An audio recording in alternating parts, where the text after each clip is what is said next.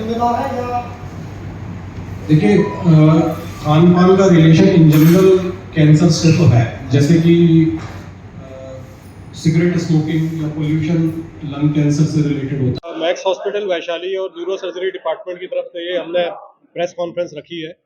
और press conference का जो मुख्य उद्देश्य था वो ये था कि हम ब्रेन ट्यूमर्स के जो ऑपरेशन सफलतापूर्वक कर पा रहे हैं, क्या मॉडर्न टेक्निक्स का उपयोग कर रहे हैं, और उसी के बारे में हमने किया था कि ब्रेन ट्यूमर्स का ऑपरेशन आजकल सफलतापूर्वक और सुरक्षित तरीके से किया जा सकता है।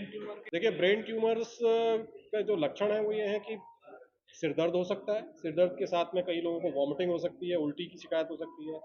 अगर सिर दर्द हो रहा है और विजन की प्रॉब्लम होती है, अगर देखने में दिक्कत हो रही है या किसी एक हाथ पैर में कमजोरी हो सकती है, तो वो ब्रेन ट्यूमर के लक्षण हो सकते हैं।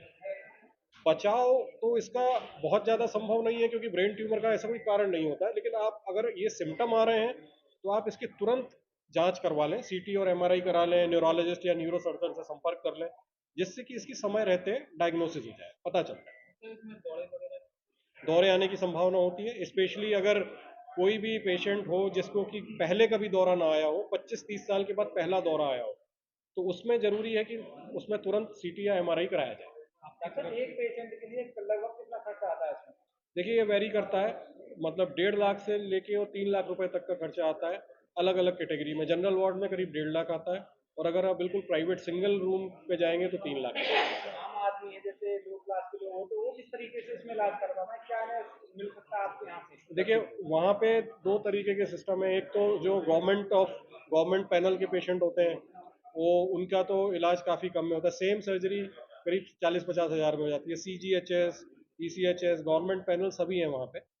इसके अलावा सीनियर सिटीजन्स पे वहाँ पे हॉस्पिटल में डिस्काउंट भी देते हैं, और फिर अगर हम मैनेजमेंट से बात करें तो ओवरऑल बिल में कम कर देते हैं वहाँ पे। किस चीज़ के लिए?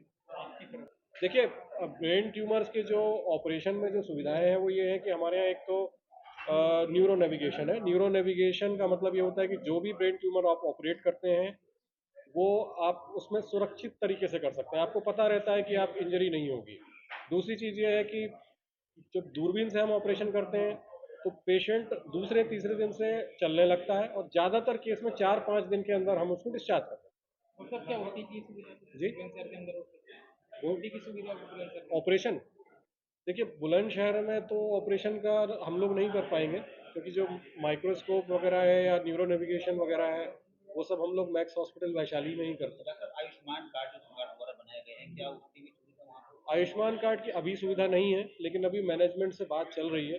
मोस्ट लाइकली अगले 3 से 4 महीने में आयुष्मान कार्ड की सुविधा उपलब्ध हो जाएगी। मैडम के इलाज में समथिंग कितना टाइम लगता मैडम का इलाज मेरे ख्याल से भर्ती 4-5 दिन रही होंगी या 7 दिन। नहीं, 7 दिन नहीं रहे, 16 में। ब्रेन ट्यूमर्स के ऑपरेशन हम लोग साल में करीब करीब 300 से 400 करते हैं, 300-400 ऑपरेशन पर।